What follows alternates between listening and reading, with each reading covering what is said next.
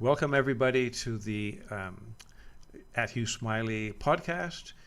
And we have a very special guest today, Dr. George Lewis, who is a medical doctor practicing psychotherapy and also an active member of MDPAC, which is Medical Doctors Psychotherapy Association of Canada. And as with most of our guests, we're really interested not only in the background of the individual, but also the journey of becoming one's authentic self, we might say, one's true self, and if there have been any turning points or insights, aha moments that have helped you, George, become who you are today. So, welcome. Good to have you here. Okay, thank you, Hugh. It's really, I feel a sense of excitement at being able to connect with you and share with you and our guests my journey. And yes, I'm a physician and have qualified in Ireland, Dublin in 1971. And probably the single most important thing happened to me in my final year as a medical student. I always had an interest in being a doctor from a young boy, and that was still with me. But I was the most dreadful medical student, and I had to keep doing my repeat exams every September and October because I couldn't seem to pass them first time around. And I finally struggled into my final year, and I thought, okay, what's the point in doing my finals? I'll postpone it and do the repeats at the end of the year. And somehow my professor of surgery, a wonderful man called Professor George Fegan, found out about this. I don't know how he found out, but we were having some gathering in an evening and having cocktails with various sporting personalities, and he was part of that.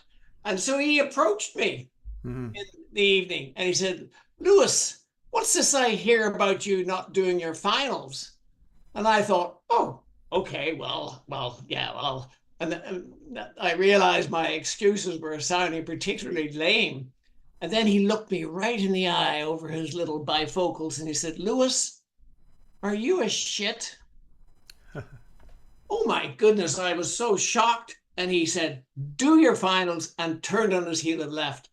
And it was that moment where it's like, oh my God, not exactly God has spoken to me, but it was something. Oh, and the next day I went rushing out and I completed all my projects and I delivered 6 babies in 2 or 3 days. And lo and behold, it was the first exam I ever passed first time as in those 5 years as a medical student. So thank you, George, Professor Fegan, for that little kick in the pants. Exactly. It was a moment of truth for you. Well, that's right. And I've often heard it said that, the way to know yourself is through another. So he said something that somehow resonated in me that brought me more forward in me. So thank you, Dr. Fegan. I'm eternally grateful. And yes, and I graduated and as a regular doctor, did 2 or 3 years as a junior doctor in the Dublin hospitals, and then came to Canada. I remember looking at my paycheck as a junior doctor, and it was £110 for the month. And I had a 1-bedroom apartment, a wife and a little baby, and that was £75 for the month. And I'm thinking, oh, I'll have to do something about this. So I wrote to a colleague who still is here in Toronto, and he's just retired, and he got me a job at the Malton Medical Centre over by Toronto Airport. So I came in January 74. Uh-huh.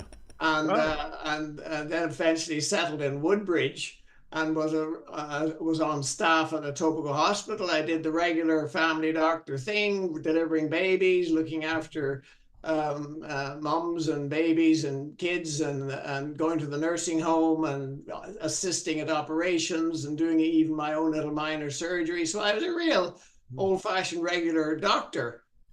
And then the second thing that happened to me that was just so powerful and life-changing, but of course, in looking back on it, I see how life-changing it was now, but at the time it was tough work going through it all. And my parents were, I was working away as a young family doctor, but this stage we had three young boys that were living in Woodbridge, and I was busy, and my wife clearly was not happy with the situation in our relationship, and was starting to go and do her various things. But at any rate, the big turning point was when I went back to Ireland to bury my father. My mum and dad were back in Ireland, so I went back for the funeral. And I remember going to the funeral home, and then there's my dad stretched out in his coffin, and I had no emotions. Uh-huh. And I thought, oh, there's something wrong here. What's going on? I'm supposed to feel something. And oh my goodness me, my dad was, he served in the Second World War, and he was clearly quite traumatized by the process. And Yes. He smoked very heavily, and he mostly put away a bottle of whiskey most nights, and that's the way he dealt with his emotions. And my mom, I realized, was her own mother died when she was maybe 6 or 7, and I don't think she ever actually grieved the loss of her. So I didn't. This is all in retrospect, realizing both my parents were somewhat emotionally suppressed or crippled. And anyway, so there I was in the funeral home, and oh, no emotions.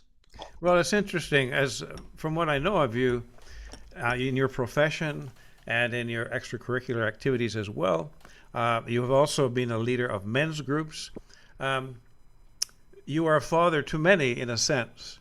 You provide that kind of a safe place as a good father. And in the moment when your own physical father was laying out in front of you, in that moment, you had an insight that perhaps led circuitously, but bit by bit, towards your own filling out the emotional level as well as the mental level, which you were already quite proficient in. Well, yes, I mean, there was that clear sense of, oh, there's something missing here. And then, of course, I was busy. I got get back to Woodbridge and take up the responsibilities, being a busy family doctor, a busy dad, and trying to be a reasonable husband. And then one day, I started to vomit. Uh-huh. And every 15 minutes, I would vomit. And I didn't have a fever. I didn't have some strange infection. And I knew something was very profound was happening, but I kept vomiting until I got so weak I had to be admitted to hospital and put on an IV. And of course, the doctors kept me in the hospital and did all sorts of tests. And I remember this gastroenterologist who was a real tough nut, and he was Polish, and he was about 5'6", and he completed all the various tests. He said, "Well, doctor, all your medical tests are back, and you don't have a medical problem." And I said, "Oh, okay. You have an emotional problem." And I thought, "Oh, okay. Well, I guess I should go and see an emotional doctor." And I had no idea who that would be, or what that was, or even that there was such a thing. At any rate, but and one of my colleagues who's also a young family doctor with a family in Toronto, and he was going through his crisis, and he said, "Well, I think you should meet my partner." And this was a doctor called Dr. Ross Lang, and Ross called himself a holistic physician. Oh, well, that's different. So there's the physical, the psychological, the emotional, the spiritual. Okay, so he's got the emotional in there. Well, maybe I'll see him. So I remember going down to his office, and he had a huge, big upstairs space, massive big room, and he would see people like there would be quite a gathering in the room, and then he would see people from in turn. So there's about maybe 10 or 20 people in the room. So I presented myself, and he took one look at me, and he said, "Well, I think you just need to lie down and breathe. He didn't take a history, he just, so he got me lying down and he got me breathing, and then he rearranged my breathing so I would start breathing more with my belly, and he put my right hand on my belly, and so I got my belly breathing going. Then he said, now I want you to say out loud, now I am willing to experience and express the fullness of my feelings and emotions in ways that uplift me in my life. And I said, I can say that. So I said it out loud. And then I carried on with the breathing. And I noticed as I was breathing, my feet started to get cold. And he was doing some Reiki. He wasn't holding my feet, but he was holding his hands very close to my feet, as if he was helping energy to come in or something. I didn't know what that was all about. But anyway, I said, oh yeah, my dad always seemed to have cold feet. And anyway, so the process went on, and my feet getting cold. Then they started to tremble and shake. And then my feet were really shaking and vibrating. And then the vibrating went up my legs to my knees. And then by this stage, I think, oh my God, Beelzebub has got a hold of me or something, some bad spirit. But because I was that naive about what was going on. And the shaking went all the way up to my hips. And then it seemed to get stuck. And then Dr. Lang said, well, just relax, do some more breathing. And then the next thing is the shaking moved up into my chest. My whole body was vibrating and shaking and shaking. And finally it all let go. And oh my goodness me, the most amazing sense of peacefulness arrived up. And it was like somebody had put golden wires into my fingers, and all the love of the universe was just pouring into me. And I just lay there and basking in this amazing energy. And I just parked any idea of trying to analyze, just parked the whole thing and just to lay there. And Dr. Lang realized something powerful was happening. So he just put a blanket over me and left me there and carried on with seeing his other patients. And after an hour or so later, then I gathered up myself and went home and wondering what had happened. And then about a month or two later, one of my colleagues at the hospital I was in, who I was quite close to, got killed in a car crash. So I went to his funeral, and I was up in Kleinburg near Woodbridge. And then the tears started to come, and I was crying for him. And I knew I was crying for my dad. And oh my goodness me, the tears just poured out of me. And it felt as if I was actually going sane, Yeah, yeah, and that was oh my goodness me. So after that, then I would, my emotions would come, and especially of Irish music and old things, and all of a sudden the town I loved so well by Paddy O'Reilly, and all of a sudden I'm bawling my eyes out because maybe I didn't particularly like the town I grew up in, so but it was my town and it was my boyhood, and it was right, like yeah. saying goodbye to all of those things that I hadn't been grieved. So it was a very, very powerful experience. And Ross Lang was running a men's personal growth group, therapy group. Right. So he invited me to attend that. So I did. And that was a weekly thing. And then we would go to a retreat up at the Owen Sound every month and throughout the winter and the summer. So that sense of kind of coming into my own manhood in my own unique way. But that's, the first part was the real painful part, and realizing that at some level that I'd sort of given birth to myself. So I have a poem which goes with that. Okay, great. And it's called, whoops, Yeah, Death and Birth. this is one of your own poems, George? Yes, this is the poem that came to me during this process when I had, to reach down into the depth of my heart, to tear me and myself all apart, to find out what is down there and say, why did I blow myself away? Why did I let myself go and become a person I did not know? You see, that was when my personal life had fallen apart. My wife had divorced me, and she'd taken the kids off to Vancouver, and I was really struggling to cope with on life on my own. And so Yeah. why did I become a person I did not know? And then I went through this process. This is what my pain means to me. It's my labor pain of me about to be. You see, so that sense of embracing that pain and unfolding that pain and realizing that something very powerful had happened. It was like giving birth to myself at a higher level. And What I'm hearing is like three different stages of reclaiming your emotions, or claiming perhaps for the first time, uh, yes, claiming your manhood, and now this third claiming as well, becoming your true self.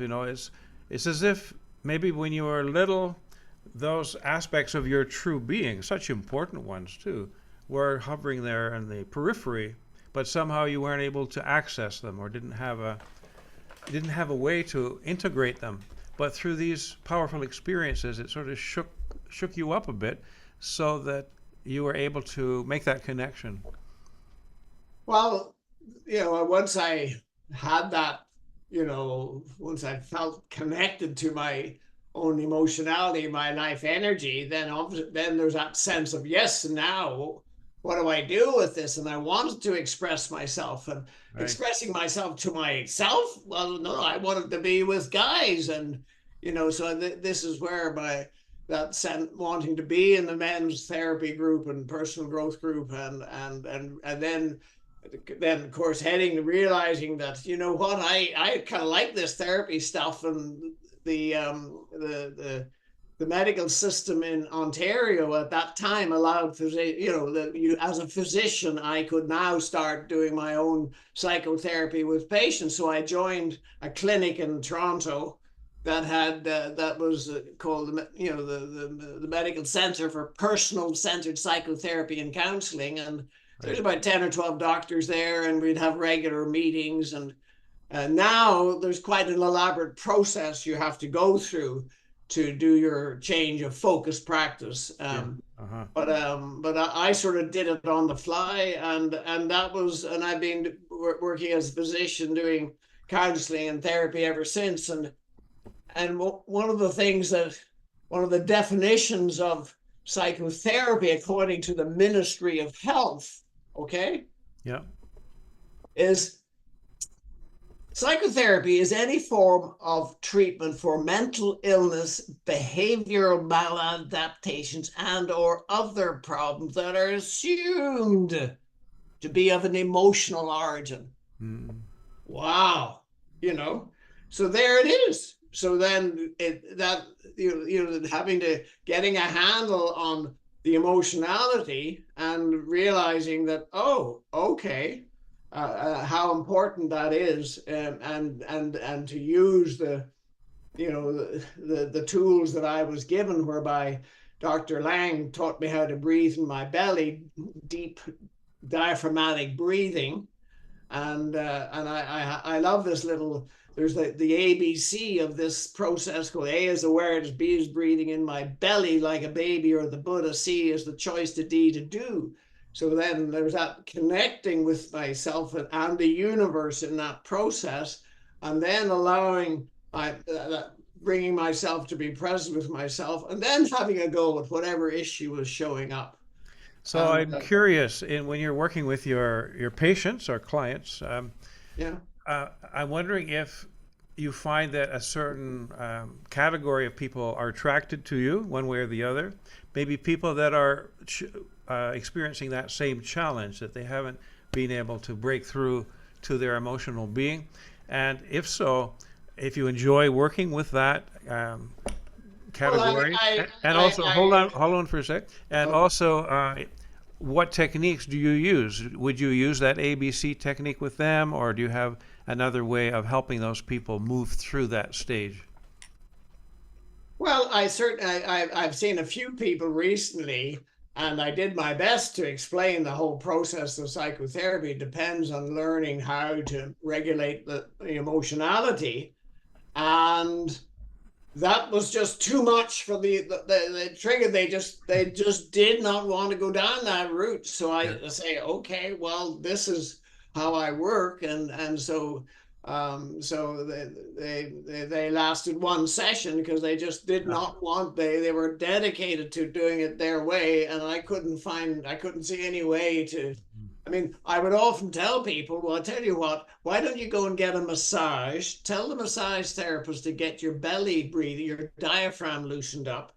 And when you've got a good sense of that, then please come back and see me, you know? yes, as you may know, I've been a psychotherapist for a number of decades, and occasionally I use mindfulness a lot as a tool in most of the sections of a session with a client.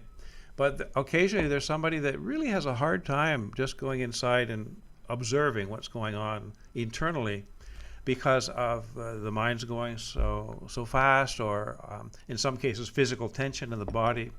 So sometimes I will lead them on a guided visualization, which is kind of a meditation with the breathing, just to get them relaxed a bit. Or, like yourself, recommend that they have some massage or body work, and then come back to me when you're ready. Because if a person can't really relax a little bit at least, it's hard to be mindful. And without any mindfulness, really, we're always just up in our head talking about ideas. So in order to really bring it down into the body, the neurobiology, as we call it now, the nervous system in the body, and ground the experience, it just sort of remains a nice idea, a concept, or a figment of the imagination even. Mm-hmm. Yeah. So, Well, it is a challenge when I come across someone like that. I mean, most times then I can get on a good wavelength and we get things going. yeah, But just in the last month or two, I've come across two people, and they really reacted, in a way that was a bit of a shock to me, that they yeah, were that, you know, dedicated to their own whatever, but yeah. and were not willing to go down that road at all. So yeah, It's so a, it's that a, yeah. it's a dilemma when people, I suppose at certain points I've been this way myself. I know that I need something, I need some help, and I state that yes, I'm ready. But when it actually comes to certain kinds of change, I'm still too attached to certain patterns and behaviors and reactions. So the healing process can be very complex and take a long time. You know, Yeah. to be able to get a sense of where our suffering, as the Buddha says, the first principle of Buddhism is that there is suffering everywhere. Everybody suffers. And second is that we can start to understand where that suffering is coming from, what's underneath it. And then as we understand it, we have the power to start to change it. And then the fourth principle would be we might even want to, as you said, take it on the road and share it with other people, Yeah. those insights that we integrate. Mm-hmm. So we have a little bit of time left. So I'm just wondering, what else in your spiritual journey, we could call it that, or the journey of becoming your true self, or anything at all you'd like to share, that if you just sort of become mindful right now in the moment and just go inside for a few moments and check out your body sitting in the chair. Well, I had another very powerful sort of experience that opened up a whole different world to me. And that was the time I got married for the second time. And my wife was a busy physician, and she came with two sons, and we had a third one. And we were, I'd like to think our relationship was well established. And then she was away at a conference, and I decided that was the day I was going to take the Christmas lights off the roof. It was about the middle of May or something, Yeah. and I fell off the roof. And Oui. as I was falling, and I thought, oh my God, look, I'm falling. And I put my foot out to break my fall, and my foot landed on the edge of a step with all my weight from about 10 or 12 feet. So my whole right ankle and foot exploded, and my right foot literally came off the end of my leg. Wow. And I'm lying there but it shattered my whole sense of my ego's consciousness, and I was in a this the Altered state. presence of the source of all that is, and I felt incredibly loved. Mm. And and even though my I was bleeding and I could see blood pumping out of my foot, and the ambulance was starting to arrive up, I knew that I was going to go to a Etobicoke hospital. I knew the doctor who would see me in the emergency department. I knew the doctor who was going to operate on me, and even the anesthetist. And My all God. this knowing I knew beyond all knowing, even though I hadn't set foot in that hospital for 10 years. Uh-huh. So I was in a totally altered, and there's just tears of joy just pouring down my face because everything was looked after. Oh, it was the most incredible, ecstatic experience. and and then, of course, the fullness of the injury and the ride and getting it, but all of that actually happened, and I had a good recovery and was operated on, and things went well. But I realized that I'd accessed a whole so much more higher level of consciousness that now I realize that consciousness is already present.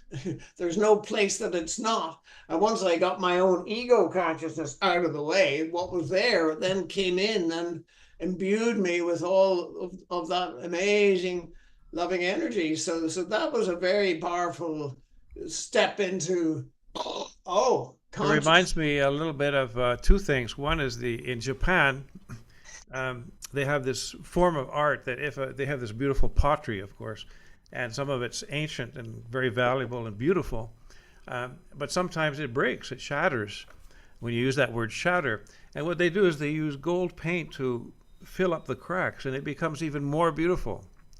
And Mhm. the words of Rumi and also Leonard Cohen, our own Canadian poet, who I can't remember exactly, but it's something that when we shatter, then it's the idea that we have to sometimes break down before we can break through.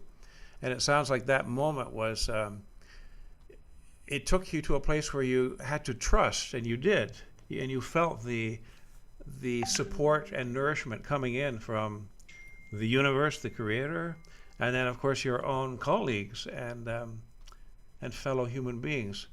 You were taken care of, and it just brought a new level of acceptance and trust to you, perhaps. Yeah, I mean, also that sense of, oh, okay, how do I get closer to that world? And of course, I do have an interest in psychedelics, and I Okay. see how that helps that world to open up to people who are very locked into their ego states. And so that's the next phase in my Mhm. journey, is to explore that some more, yeah, so yeah, that's sort of more or less brought you up to date. Yeah, yeah. So But what's next? What's next for Dr. George Lewis? The well, as I said, to explore, the psychedelic therapy, and I do believe we're going to be heading much more down that route, because the psychiatric medical model and mental health and anxiety and depression and antidepressants and all of that stuff, it really doesn't get us anywhere. And so to move into a whole much more meaningful way to come to terms with our angst and our pain, and go to the higher ground, then that's what I'd like to hold the focus for myself and for others, so yeah, so to be beautiful. part of an ongoing I healing keep, community is important for me, and so it feels like I'm in transition, and in that context. Yeah. so professionally as well as personally. Mm-hmm. Yeah, and I am 77, and being a physician since 1971, that's a long time. So, um, and to sort of branch out perhaps more on my own, as opposed to have the whole system pay me for what I do. That's nice. And but as a therapist, as a physician therapist, yeah, maybe allow myself to be more of the therapist as opposed to a physician therapist. No. How about that? Right. Well, if you go more towards the private side, um, Yeah. then you may not have as many people who show up on your doorstep saying, "Hey, doc, help me," but they don't Yeah. really want help. There'll be Yes. people who are really passionate about it and committed, Mhm. which Yeah. could be more encouraging for you and energizing. Mhm. Great. Well, thank you very much. Our time's about up. That was quick. I'm sure we could go on for hours. And shamanism is another area. Mhm. Um, that speaking of shattering, which I think the psychedelic experience can also do, um, breaking things up. Fixed patterns that have just become so rigid. But the shaman also, one of his or her duties can be accompanying a person who, in that tradition of the Aboriginal people, or in South America, there we now use the term the original people, los pueblos originarios. If somebody has their soul has broken, their soul has shattered, like a mirror in many pieces. So the shaman accompanies the individual through chanting sometimes, or prayer, or drumming, down, down, down into a deeper place, the unconscious mind, and helps to retrieve the pieces of the mirror, and together with the client, Mhm. put them back together again so that the person can be whole and has that chance to reintegrate at a deeper level and a more aware level their true self. Mhm. So it sounds like some of your experiences that you shared, which were sort of aha moments or turning points in your spiritual path, were different kinds of shattering or shaking or waking up, and each one Yeah. leading to another stage of, I guess, insight and commitment. Yeah, it's my development. Yes. Well, George, thank you so much. I wish you all the best in the next stage of your journey, which I'm sure will be very, very exciting for you. And you're an artist too. You're a great poet, actually, and you have a way of weaving poetry and popular music Yeah. with the healing process, which can be very, it can provide a pivot for people. Hopefully, yes. I'm wearing my T-shirt with the pink. There We we can't go. There we we go. Pink. can't quite see it there, but it's Yeah, actually no, got no, a I can see it. picture of Yeah, a Pink Floyd, Pink Floyd. Yeah, of yeah. Clement Freud, and The of color. course the beam of light breaking up into all the colors of the rainbow. So it is that a beam of life and loving energy comes into us, be human beings, and breaks up into all the emotions, including pain. Yes. So that's why it's so important to embrace that as part of the healing journey. So I leave you all with that. Thank That's you a very much. perfect image for the breaking up or the shattering, which manifests in Yeah. such a positive way, the light itself. Yeah. Yeah. Thanks a lot, George. That was really interesting. I hope you'll Okay. come back again sometime. Right. Well, thank you. You. God bless. Yeah, Yeah. you too. Bye. Bye bye.